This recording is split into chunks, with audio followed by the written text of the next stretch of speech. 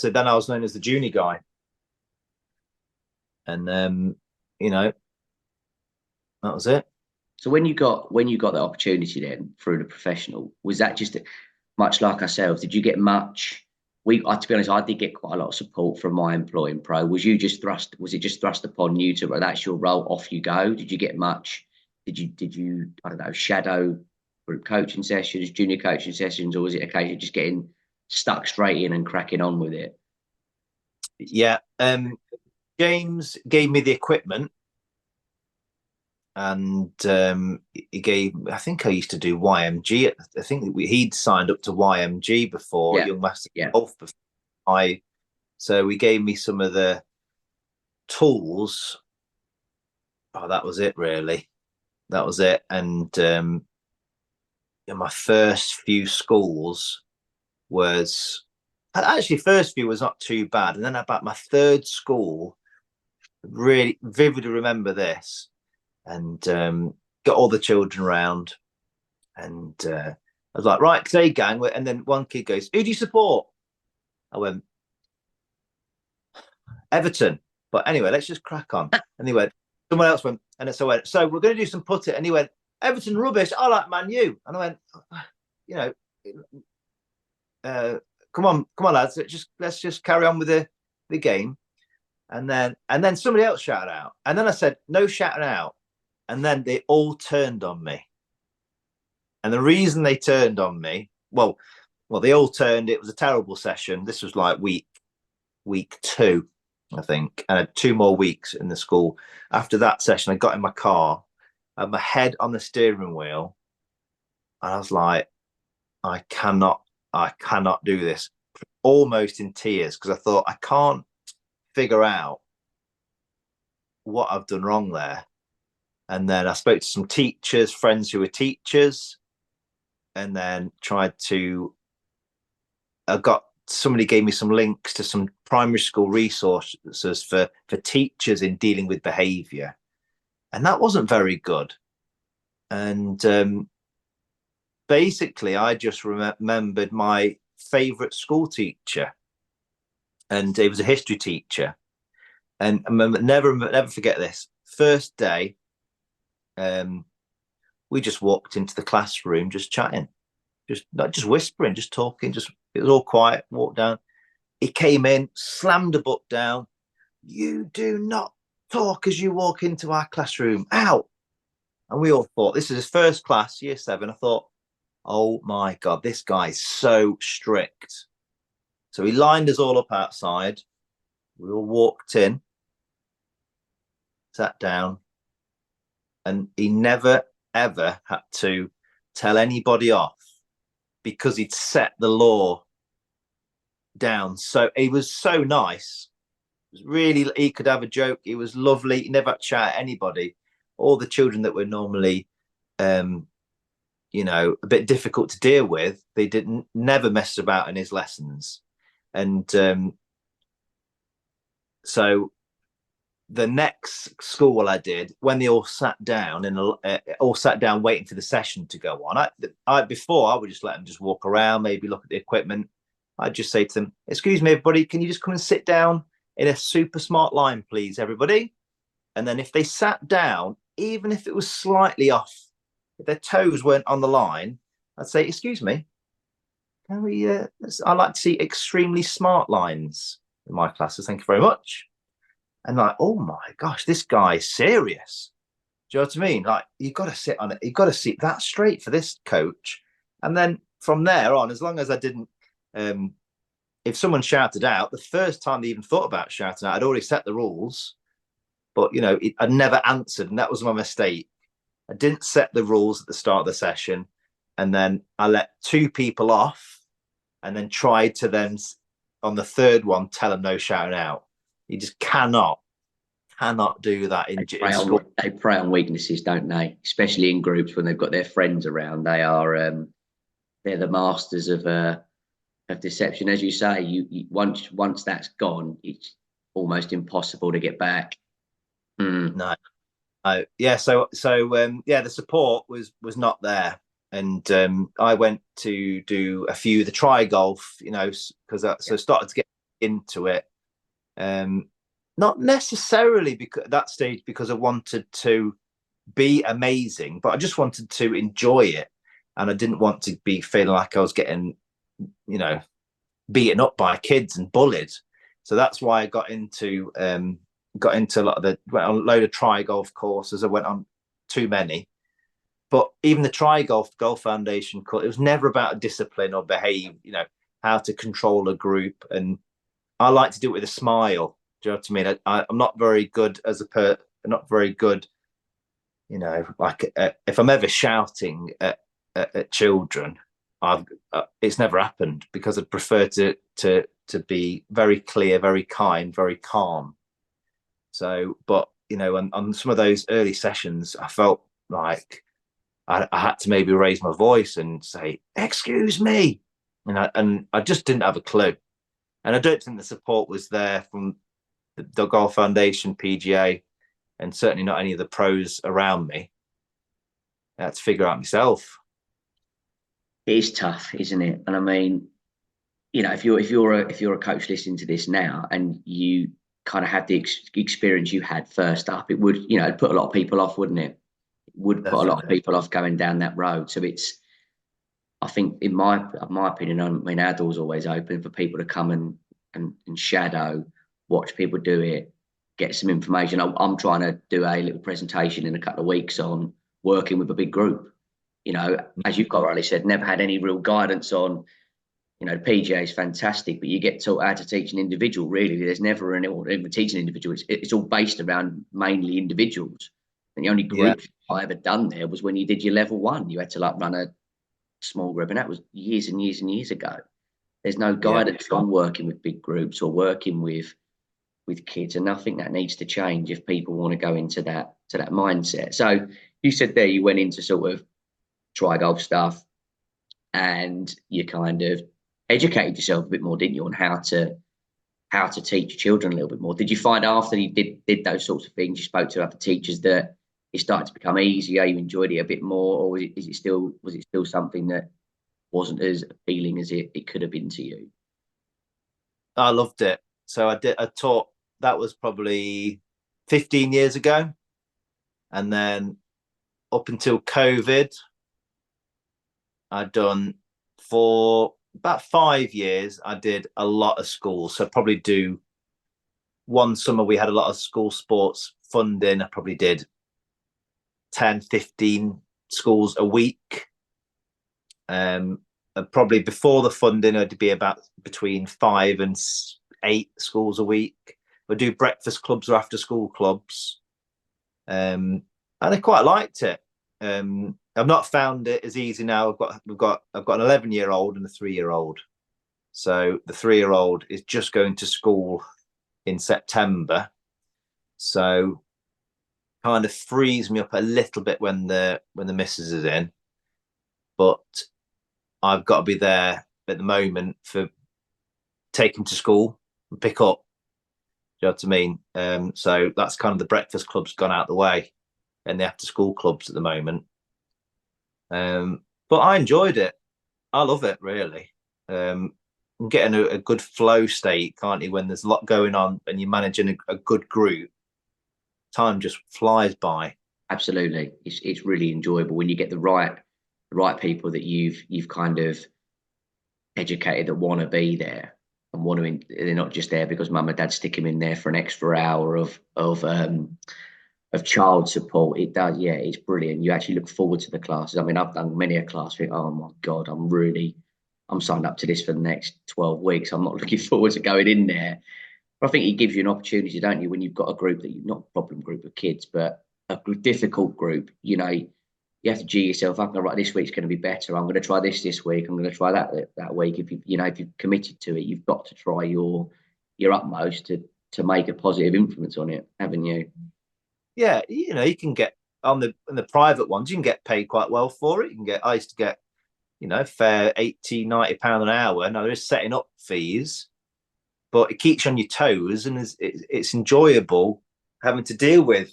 You know, I like the you know, the 1 or 2 in the class that most teachers are kind of already labeling them. I love getting them on side. I love it.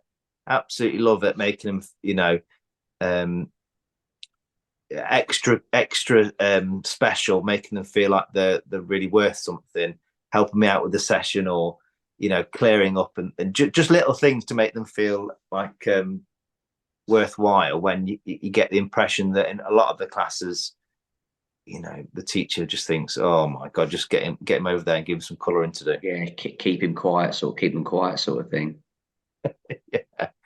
Yeah. How have you found?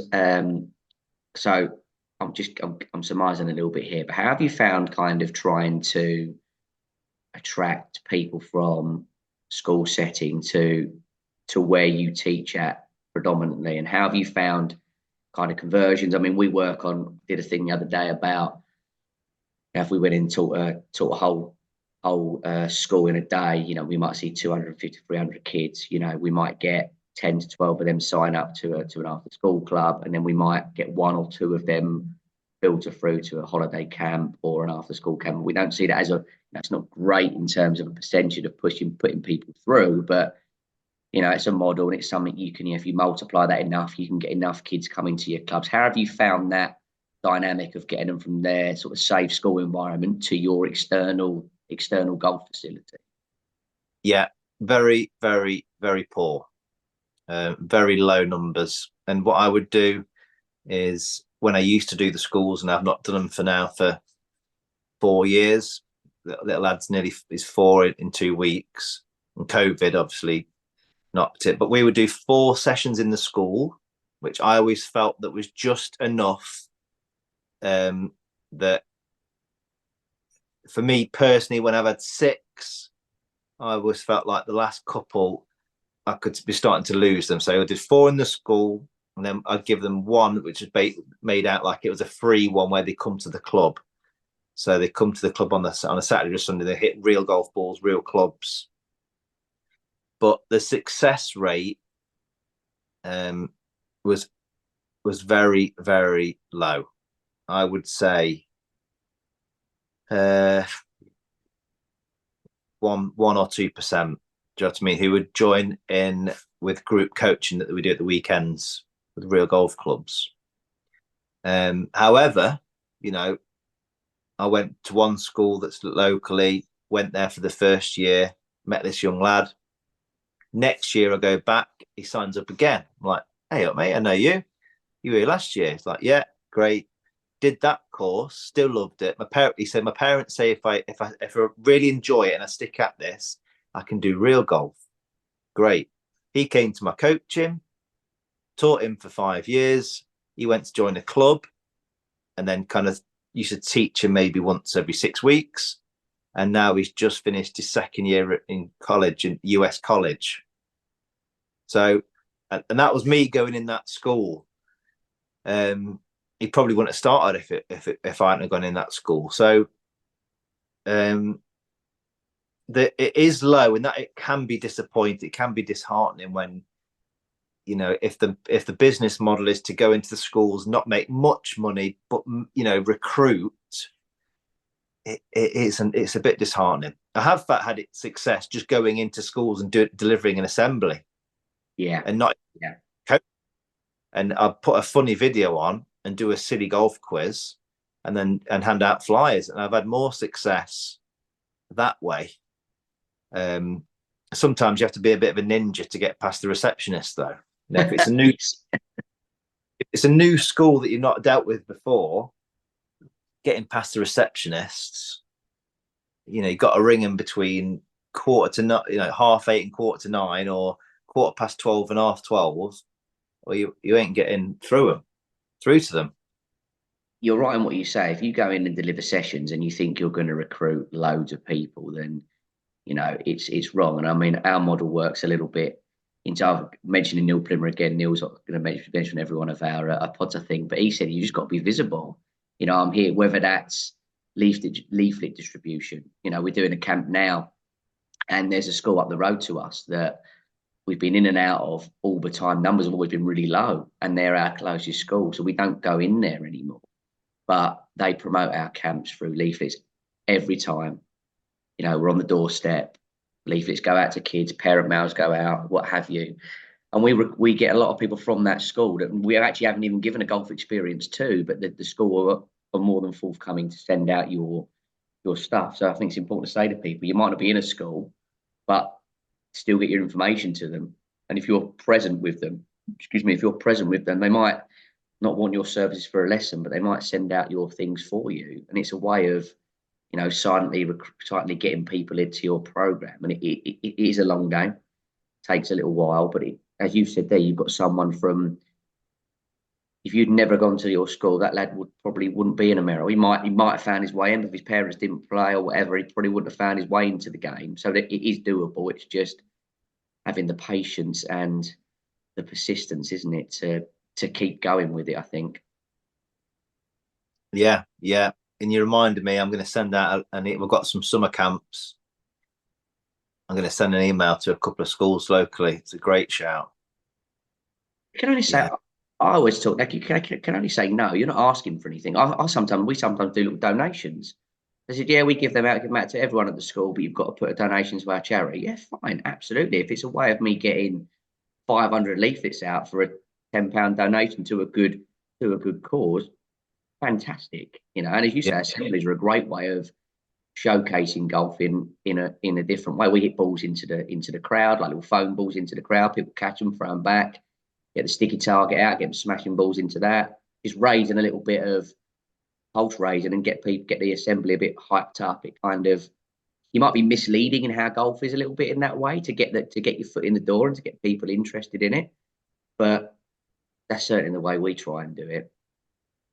Yeah, I used to do like a Danny. You've seen own goals and gaffs with what's his name? Danny Dye, yeah. And there's like a golf YouTube version of people like swinging and falling over, or like falling in the lake. And I just got like a minute version on YouTube. Go into assembly and just press play, and like there's all these kind of golfers falling over, swinging, the clubs flying, and the whole place is in hysterics. And then they just hand out a flyer at the end as they're walking out, and like they all think golf's great because of that. It's getting rid of that stereotype, though, isn't it? Of there's so many rules, or golf has got a bad stereotype, and I think it's going to take a long. I don't think it'll ever get rid of that. That stereotype. Much like cricket, it's at Lords. It's all sort of in the long room at Lords. It's all very posh and it's very, fuddy-duddy. Golf, golf for the masses isn't really like that. Yeah, at the elite level it is potentially. Go to St Andrews or St George's, what have you, but not at your local primary school. Definitely not. Yeah, it's a hard game. I mean, the amount of children that stick at it, who go. I mean, you just want them to continue playing. I don't care if they're good or they're not good. But the children that end up continuing to play, there's so often family of golfers that when that month of bad golf kicks in, and it doesn't matter if it happens when they're 7 or 10 or 12 or 15, when that first real bad month of a dip in form happens, they've not got something kind of attracting them back, or not, I wouldn't say forcing them back, but they've paid the membership, or their mum and dad are there at the club. If they can just leave and never be seen again, they'll leave. And it's a real if your mum and dad play golf, the chance you could be a terrible coach, you could deliver crap, but they're probably going to continue to play golf. Yeah, whereas they've got the exposure to it all the time. They're doing it they're doing it whether they like it or not, really. Yeah. And I felt like that myself because I hated it. When I was 13, 14, some of the times I'd just take the golf clubs up there and just go ball hunting, literally 2 hours with my mates because we just couldn't hit the ball straight. But I was up there, I was with my mates. And, then the next day you go back because that's what you do. And then you're not as bad as you remember. You know what I mean? But it wasn't plain sailing. No. I was doing it to be with my mates. because then everyone mates at the golf course. Yeah, it's a shame we can't get just more non-golfers just making that transition. I think what we try and do, if we can look at our numbers, I had a chat with another pro the other day, and he was saying, look at your numbers and how many of them would have fallen into the game anyway, regardless of if you'd have gone into that school or you have taught them or not, and actually have a look. And if you've got, 25, 30% of those kids that have got no interaction with golf at all, you're doing a really good job in what you're doing, because they wouldn't have had access to golf. They wouldn't have had that exposure. But if you've got people that would have played anyway, because dad's off a 5 and he plays at the club 3 times a week, then yeah, it is difficult. You can't tell if you're just doing well because you're in a hotbed for golf, or you're, situationally the ideal place, or you're actually attracting the right people. It's actually quite an interesting thing to look at. Looking at what you're doing now, then, more junior wise, obviously COVID happened and children happen. It's difficult to get in. Yeah, appreciate it. It is tough. I've got 2 kids myself. It's an absolute nightmare. In a good way. What do you do sort of junior coaching wise now? Are you sort of more sort of coaching at the club, more elite? What does your junior coaching look like at the minute?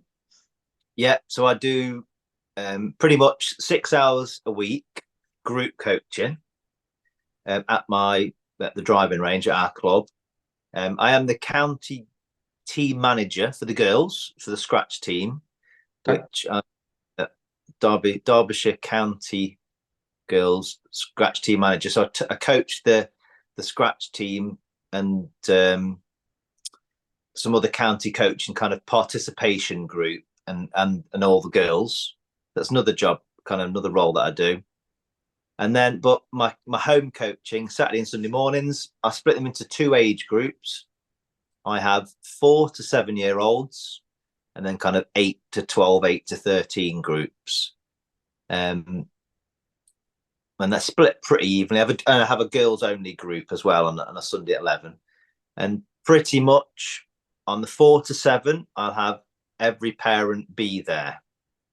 So parents pretty much got to be there, and they just sit back and more or less they're all great. They're all very, very good. Sometimes I'll have them muck in.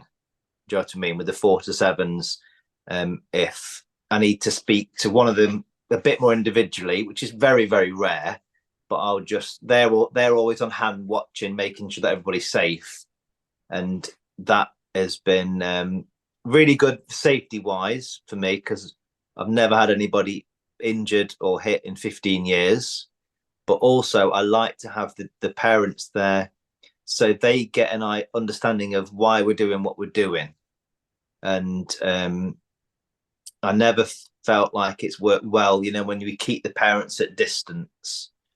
For me personally, I like to have the parents there from the start.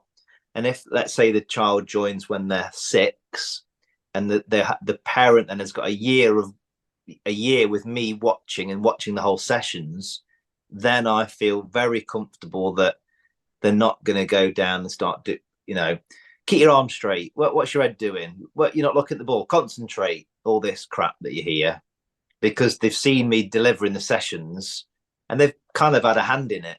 Do you know what I mean? So I think that's one of the best things I've done, and I've never really had any issues with really any of the parents that have been started from that age to carry on. Never had any issues with them. So I like to do that. And then I would say I used to do a cap system. I listened to Neil. I used to do a bit of a cap system. I started with YMG, and they were very like, you had a test every 8 weeks, and you had to get 5 out of 10 out the bunker. And then I never had the heart to fail anybody.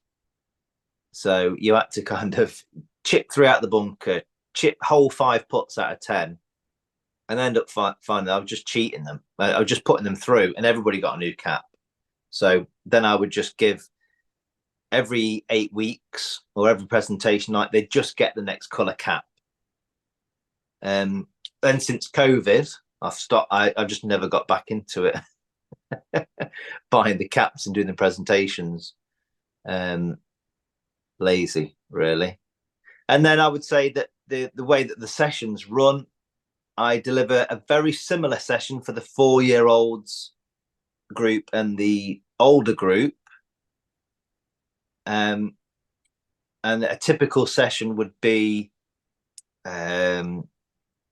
darts, right? So I'd have 4 stations of darts, VR putting. So bring my Oculus in. I'd have VR on the TV. There'd be 8 in a group.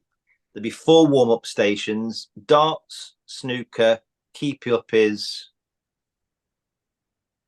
frisbee or snooker or table tennis,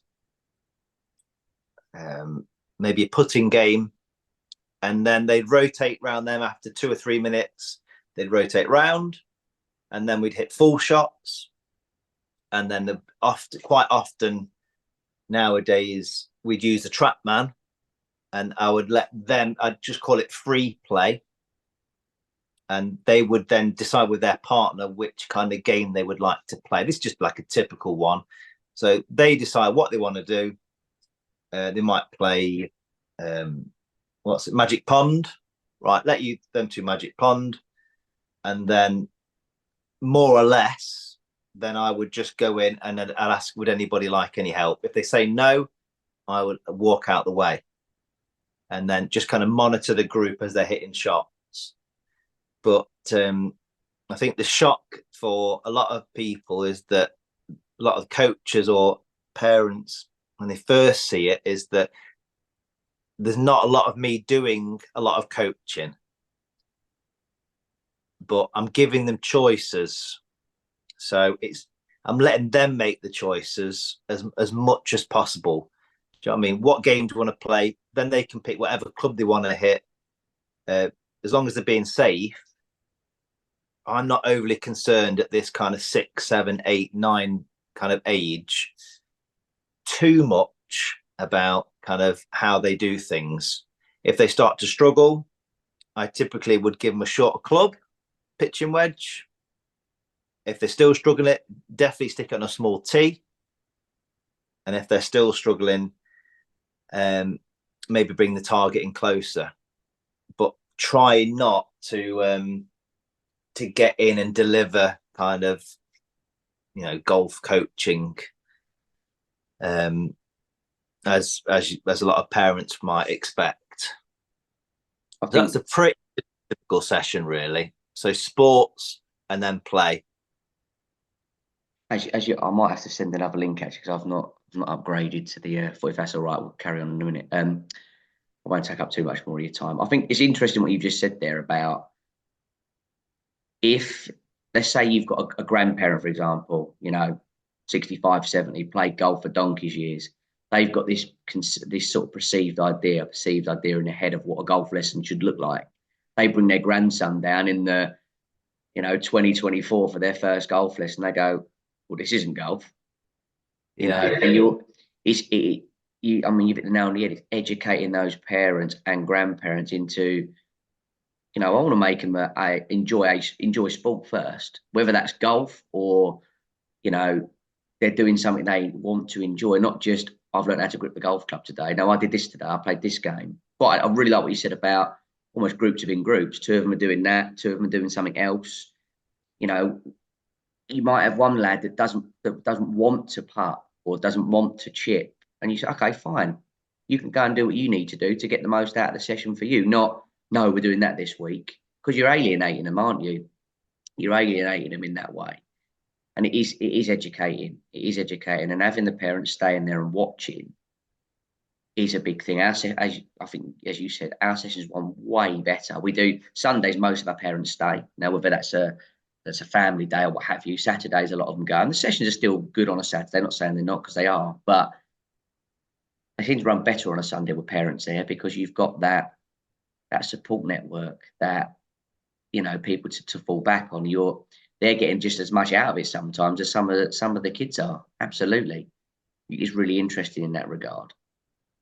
Yeah, it keeps you on your toes as well. You can't take the Exactly. mickey. But I mean, you got to be making sure everything's working well, and only takes a look from a parent to think, actually, yeah, I better go and check on him. I'm not checked his swing out for a little bit. Might hit a couple of shots. Yeah, looks good enough to me. And that's something that Mark Bull would always say when I work with Bull. He'd say, "Is it good enough?" It's like, it's good enough. You know what I mean? Is it good enough to win a tour event? Yeah, it's good enough. You know what I mean? Just is it good enough to hit the ball up in the air?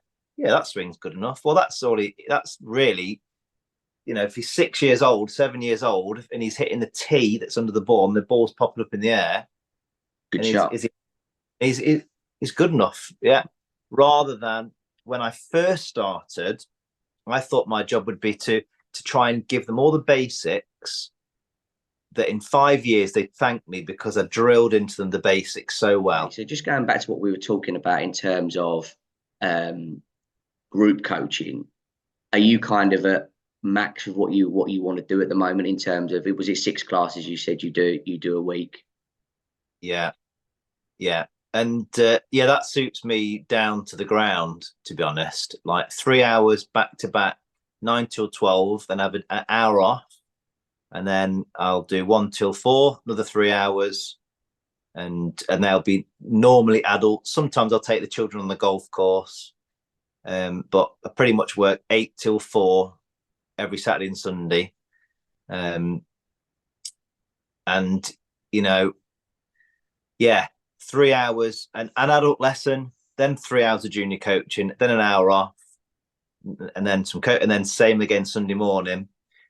To me, that is the balance, which is just about right. If I've done 4 and I've done 5 hours, I've had a break, then gone back to do 2 hours more junior coaching. It's just too much for me. So that kind of then, and I've had about 50 juniors, 45 juniors, probably dropped a little bit now, but for probably 15 years, I've had about 50 to 45 juniors. And that's just manageable. And it always seems that when I gain some, then the next lot are ready to go and join a club. Yeah.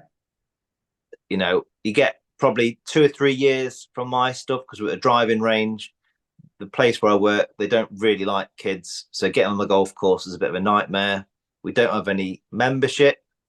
The junior fees, green fees are too expensive. So when they get we play the golf sixes, we do the golf sixes. So we do the golf sixes. We've got this something called the Futures Tour.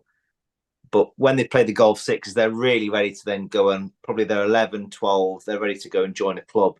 So then I just kind of say, right, you need to go and join this club, which is the best in the area for juniors. And then hope to God that they come back and I can share a bit more of the journey with them. But a lot of them then will go. And then I'll have the other ones coming through then, the 4 and the 5-year-olds. I can't remember what the question was, but yeah, basically 6 hours is just about enough that my head doesn't fall off. And I look forward to it. So I'm ever clock watching. I'm always wanting more time because I'm thinking, I want to do another rotation, or I want to do this, I want to do that. Time ends. Oh, I've got to finish.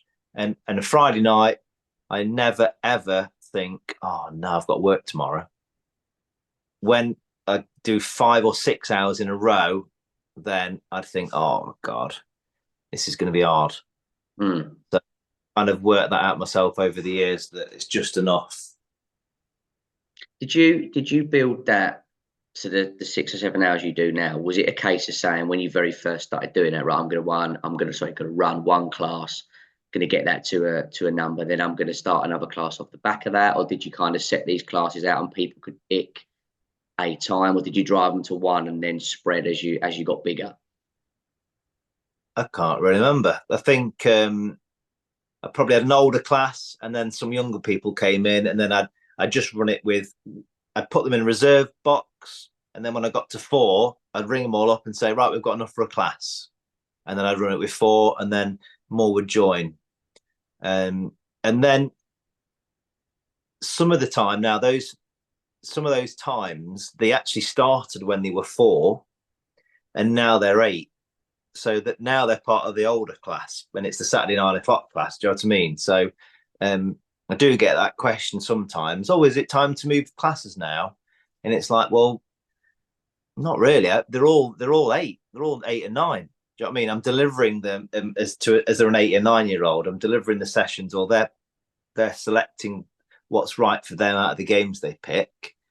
If you could come and join the 12-year-olds class, but they're not going to make as many friends, if the other kids are up here. Yeah. So it's yeah. So yeah, I just get a reserve list. When I get 4, that's enough for it to run, even though I'm not making loads. It just gets it off the ground. Talking about having reserve lists and stuff, and looking at, I haven't really come to this angle with anyone yet about the admin side. There's a lot of admin to, I think, to junior golf in terms of what you've just said. You've got, and it doesn't sound a lot, does it? Getting older 4 parents, but that's 4 conversations you've got to have over maybe some WhatsApp messages or phone call. Talking to parents, you could be on the phone 5, 10, 15, 20 minutes, couldn't you? Some are 2 minutes, short, sharp, and sweet, happy days. But it's a lot of the time that people don't see, isn't it? That you have to factor in as well. It's not as easy as booking in individual adults sometimes. There is a lot of work behind the scenes that goes into junior golf, I think. Do you find that? Yes. Yeah. And I've probably, over the years, I could be a little bit envious a little bit times when I've got to book I've got to ring the school, and it's easy to say ring a school, but you've got to ring them at a certain time, and you've got 20 minutes to ring them. You've got 10 schools to ring. Like, you got 8:30 to 8:45, because that's the only time that the teachers are in the school. They'll pick up the phone before they're in the class. So you're trying to get through, and then you got 12:15 to 1:15, and you got to ring them on the dinner, and they don't want to speak to you because they're in the middle of the dinner. So yeah, then to ring them up, to get them booked in a school, to go in to just do the assembly, there's a lot of admin.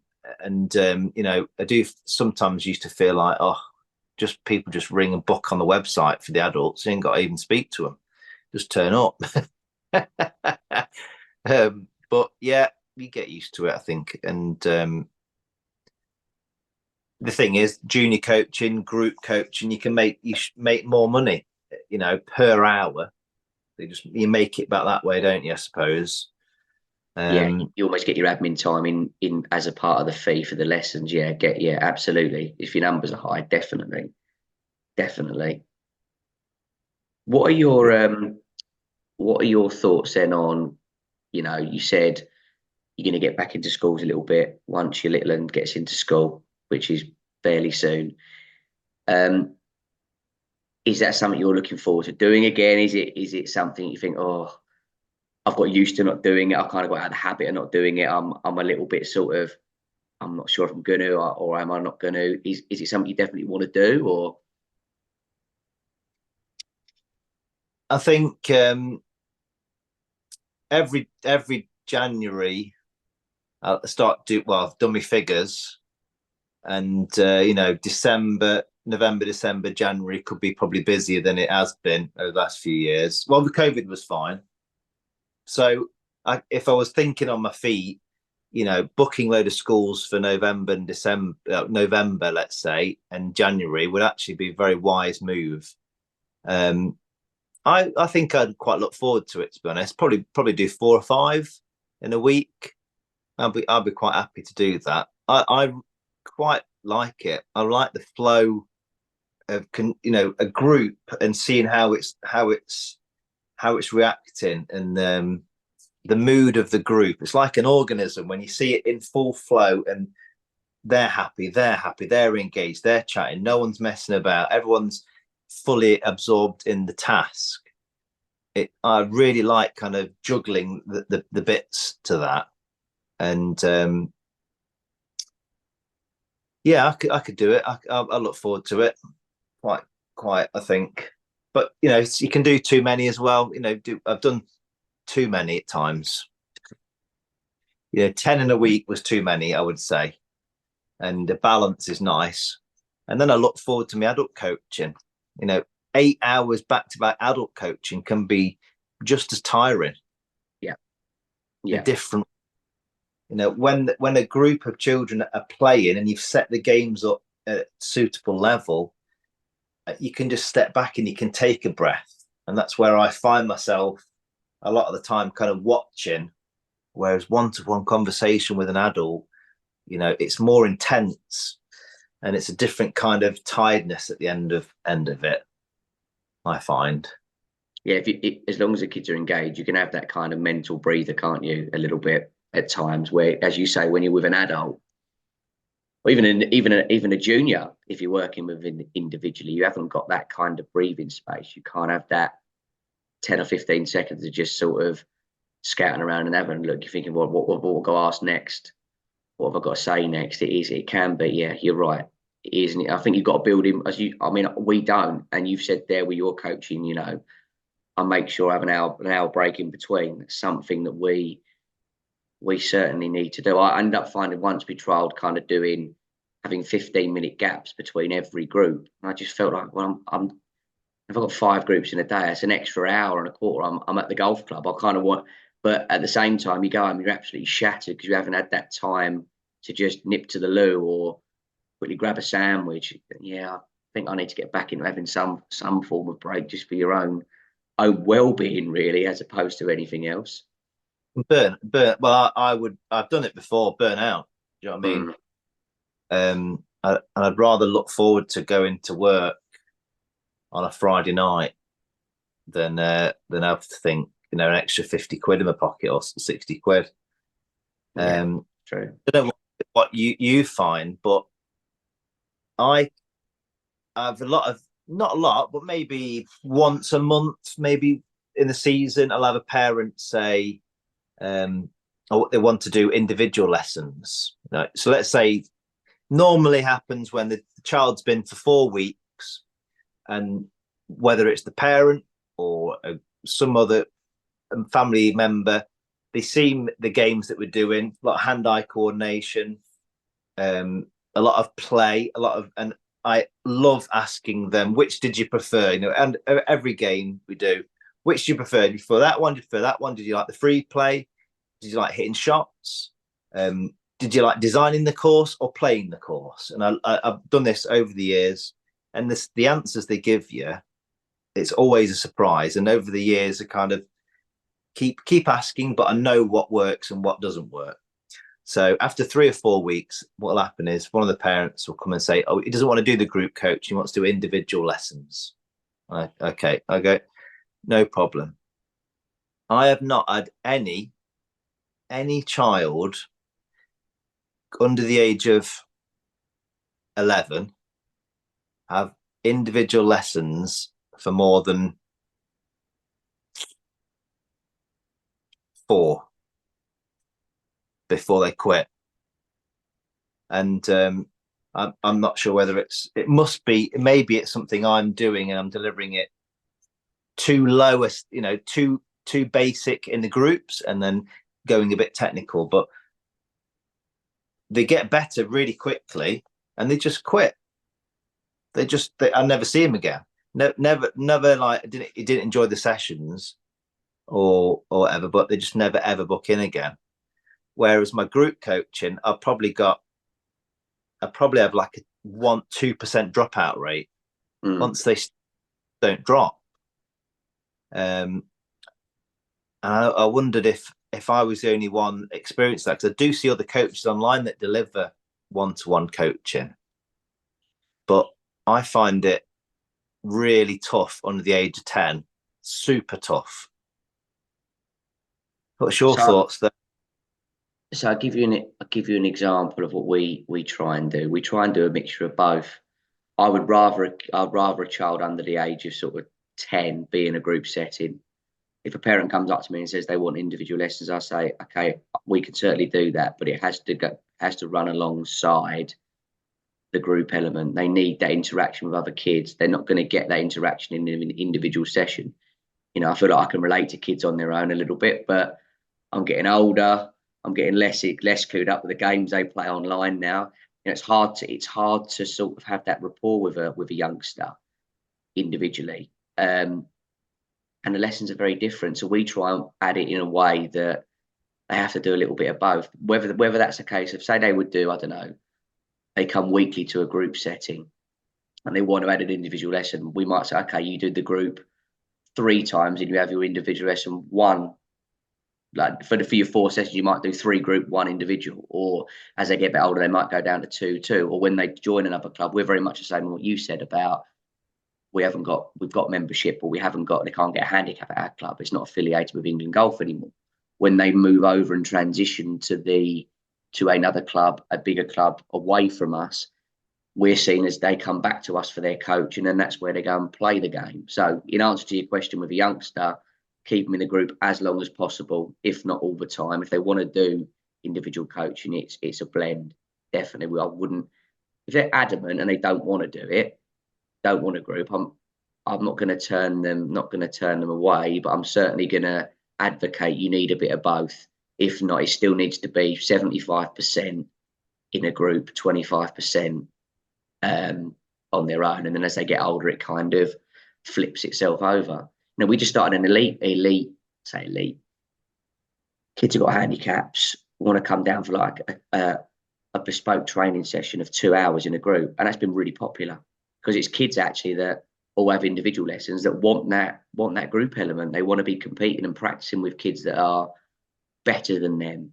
You know, that we've got a lad who plays, he's in the England squad, who does it. And the kids that are off like 10, 12 are absolutely buzzing off of him being there because that's where they want to be. You know, Yeah. so even at that elite level, I think too many people try and go down the individual route too quickly because I think they're going to get more out of it. They get more time with that. They get more time with me and you, but they don't actually get more. I wouldn't say they get more information. Not tons of it. They just, I say in and out. Say if I've got a kid for an hour, I know time's getting on, but the first half an hour, I might give them a couple of bits to work on. We go through their sort of technical stuff they need to do. The next half an hour, I'm watching them practice, making sure they're not falling into bad habits or make sure you're doing it. Was that good? Yeah. I'm not giving them new information all the time, or I'll do half an hour long game and then, right, let's go in the bunker. Let's go and do half an hour in the bunker. Let's break it up a little bit. Yeah. It is tough. I think you try so many different things, don't you? And you kind of, it just falls into what you like to do. I think it's important to say you've got to do what you enjoy doing. If you don't like doing individual golf lessons, don't do them, or do as little of them as you can. Build your group stuff up. And conversely, if you don't like doing groups, build your individual lessons up. Everyone's different, aren't they? In that regard. Yeah. Yeah. It's difficult, but yeah, I certainly wouldn't. When we got a young lad who's 5, good little golfer, obviously just smacks balls in the garden all the time. Dad's a golfer. Mum doesn't play any golf. Little brother is going to start playing golf. He's a good little sportsman, and he does a bit of both. But I make his lessons as fun as I can. I'm more a case of, right, let's get a box jump. Let's do some box jumps. Let's do some frog squats. Let's do some bounding. We did it today. Let's do some bounding. Get your feet together, jump from that spot to that spot as far as you can. Doing sort of things that will build them up as an athlete, not just, your grip's weak, strengthen your grip, or your club face is a little bit shut at the top. For a 5-year-old, it's more building them up as an athlete and really getting him to smash it. All we really do is get him to put his ball position forward and try and rip it as hard as he can. Yeah. Saying that I've never taught any one person for more than 4 weeks in a row before they quit. I do think every now and again, you could probably think of maybe 3 in 15 years, I will see this kid that is really good and to the point of being, what's the right word? PC word. Bit of a loner, not very sociable, and talks about golf, comes home, talks about golf in school, comes home, draws golf courses, watches PGA Tour on Thursday, Friday, Saturday, Sunday. And sometimes I think that the group sessions aren't right for those children. Do you know what I mean? And so I've made the mistake a few times in saying, no, you've got to do the groups. And then you realize that they're really anxious about groups, or they're super skilled for their age and they could be really good. But I've made that mistake a few times by pushing them all to groups. But that's what Neil would say. It's important to understand the child before you start making sweeping statements, and get to know them to find out what's going to suit them. But I've definitely fallen short of that a few times. Well, maybe 2 or 3 times. Yeah, you're right. As Neil does say, is getting to know them first as a human being, and then it's almost letting them make the decision. If you do a good enough job, you kind of figure it out yourself. We've made loads of mistakes like that. You know, lad doesn't want to do groups. I know you've got to do the groups to start with. Yeah, it's time as well, isn't it? It's time. Like, for me, getting someone into a group is far easier than finding half an hour. I haven't got half an hour in my diary at 4:30 on a Wednesday afternoon or 5 o'clock. They're full. They're taken by people. Yeah. I've got a little bit more. It's easier to direct them to a group as well from a selfish point of view. Than it is getting them in your diary individually. How many people do you have call? Oh, have you got 6 o'clock tomorrow? No, I haven't got 6 o'clock tomorrow for 4 months. Like, it just doesn't. It doesn't happen. So it is finding the balance. You're absolutely right. Anyway, mate, I don't want to take up any more of your time. Thank you very much for jumping on.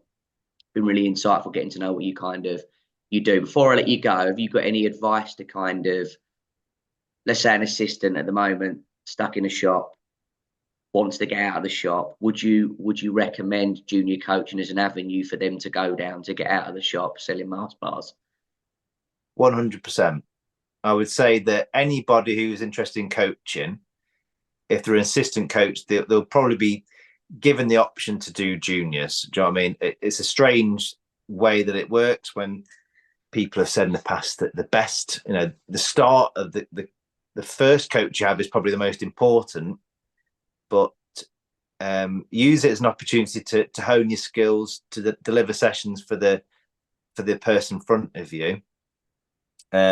Couple of things that I've always tried to do, don't always do it, but I try to use the child's name as much as possible during the session. So as they hit a good shot, just repeating their name back to them.